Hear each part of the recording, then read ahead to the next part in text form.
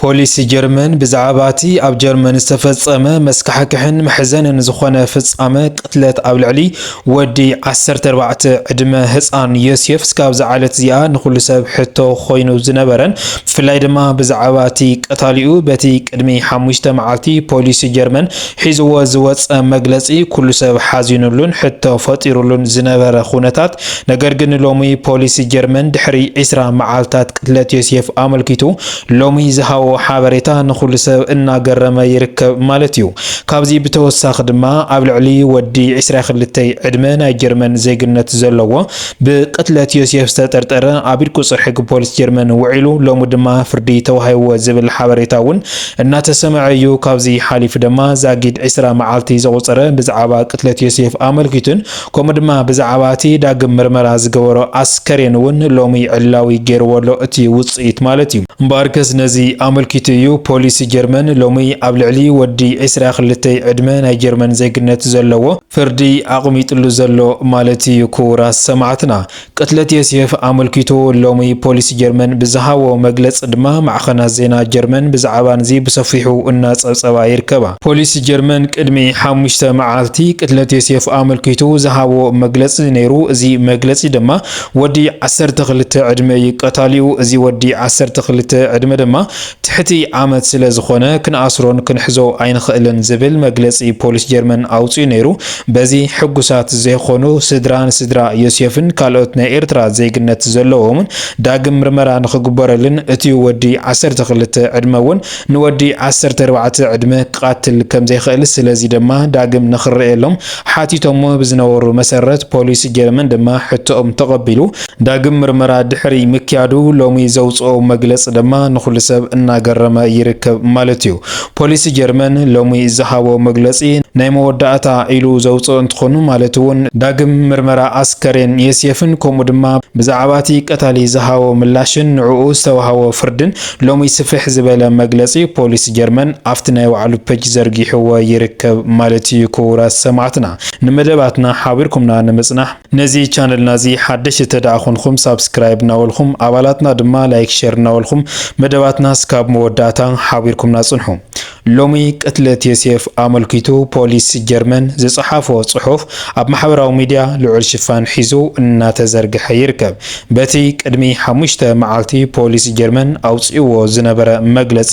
ሕጉሳት ዘይኾኑ ካብዚ ብዝተበገሰ ድማ ዳግም ምርመራ ንኽግበር ሓቲቶሞ ብዝነበሩ መሰረት ፖሊስ ጀርመን እዚ ሕቶ እዚ ተቐቢሉ ማለት እውን ብዛዕባ ቅትለት ዮሴፍ ኣመልኪቱ በቲ ዝሃቦ ቃል ወዲ 12 ዕድመ እዩ ቀታሊኡ ዝብል ጽሑፍ ኣውፅኡ ነይሩ። በዚ ሕጉሳት ዘይኾኑ እዩ እምበኣርከስ እዚ ሓበሬታ እዚ ካብ ሓቂ ዝረሓቐ እዩ። ስለዚ ቀታሊ ዮሴፍ ወዲ 12 ዕድመ ክኸውን ኣይኽእልን ንዕኡ ንዘይምእሳር ተባሂሉን ገበን ንምሽፋን ተባሂሉ ዝግበር ሽርሒ እዩ። ስለዚ ድማ ቅትለት ዮሴፍ ዳግም ምርመራ ንኽግበረና ኢሎም ስድራ ዮሴፍ ሓቲቶሞ ብዝነበሩ መሰረት ፖሊስ ጀርመን ድማ ነዚ ሕቶ እዚ ተቐቢሉ ንኣስታት 5 መዓልቲ እናመርመረ ዝቐነየ እንትኸውን ብሓፈሻ ኣብ 20 መዓልቲ ቅትለት ዮሴፍ ኣመልኪቱ ሎሚ ዝሃቦ መግለፂ ግን ስፍሕ ዝበለን ከምኡ ድማ ናይ መወዳእታ ኢሉ ዝጽሓፎ ኩሉ ሰብ እናተቐባበለሉ ይርከብ ማለት እዩ። ክቡራት ሰማዕትና ዮሴፍ ኣብታ ፈለማ እዋን ማለት እውን ብዕለት 28 ኣብ ጀርመን ንኣንፈት ደው ጀርመን ኣብ ዝርከብ ደርማገን ኣብ ዝተባሃለ ፍሉይ ቦታ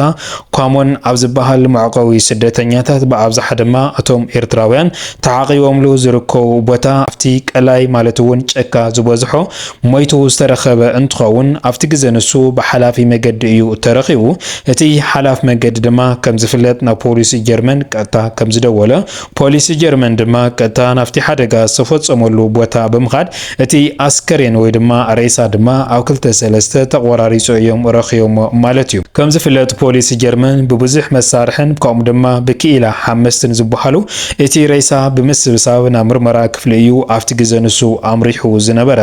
ኣብቲ ውፅኢት ምርመራ ድማ ሓፂር ዝኾነ ዝኾነ ውጽኢት ተነጊሩ ነይሩ እዚ ውጽኢት ድማ እዚ ሰብ እዚ ወዲ 14 ዕድመ ኮይኑ ኳሞን ኣብ ዝበሃል መዕቆዊ ስደተኛታት ዝነብር እንትኸውን ኤርትራዊ ምዃኑ እውን በቲ ግዜ ንሱ እዩ ዝተፈለጠ እምበኣር ከስ ድሕር እዚ ነታ ወላዲቱ ተኣሊሻ ናብ ቃለ መሕተት እውን ኣምፂኦማ ነይሮም ማለት እዩ እምበኣር ከስ ኣብቲ ቃለ መሕተት እታ ወላዲቱ ማለት እውን ብዛዕባ ቅትለት ዮሴፍ ኣመልኪቶም ዝሓተትዋ እንትኾኑ ነገር ግን ብቅትለት ወዳ ተደናጊፃ ስለ ዝነበረት ብዙሕ መብርሂ ዘይሃወትሉ ኣብቲ ግዜ ንሱ ነገር ግን ዮሴፍ ቅድሚ ሕዚ ማለት እውን ምስ መን ባእሲ ከም ዘይነበሮ ምዝኾነ ይኹን ባእሲ ከም ዘይነበረ ኮታስ ተፈታውን ተባሃግን ከም ዝነበረ እያ ንፖሊስ ጀርመን ሓቢራትሎም ፖሊስ ጀርመን ድማ ካብዚ ተበጊሶም ማለት እውን ፍንጪ ወይ ድማ ቀታሊ ዮሴፍ ክረኽቡ ኣይከኣልን ድሕሪ ድማ ብጽባሒቱ ልዕሊ 10,000 ዩሮ ክንህብ ንኽእል ኢና ብዛዕባ ቀታሊ ዮሴፍ ንዝሓብረና ብውልቀ ይኹን ብትካል ስለዚ ቅትለት ዮሴፍ ንዝሓብረና ልዕሊ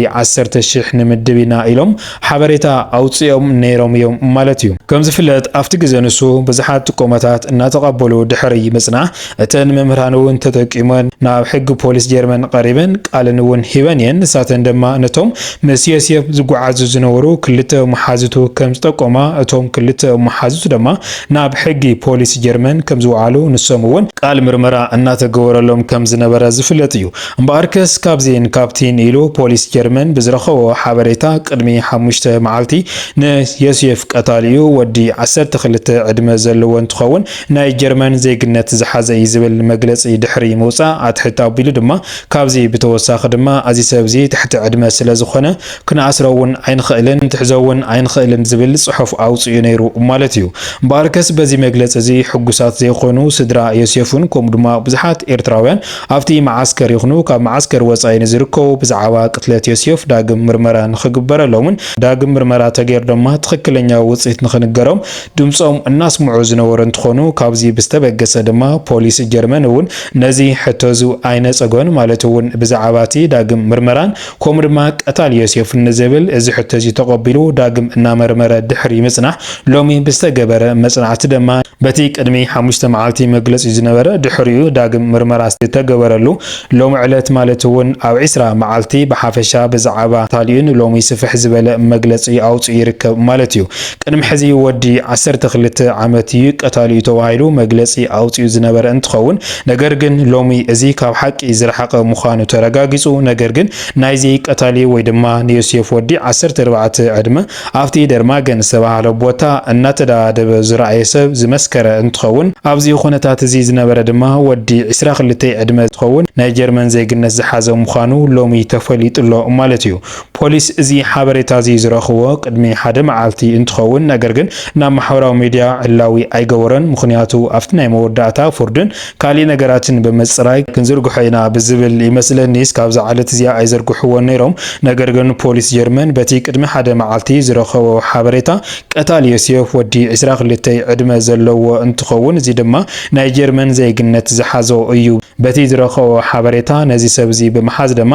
ሎሚ ኣብ ልዕል እዚ ሰብ እዚ ድማ ፍርዲ ተፈሪድሎ ማለት እዩ ክቡራት ሰማዕትና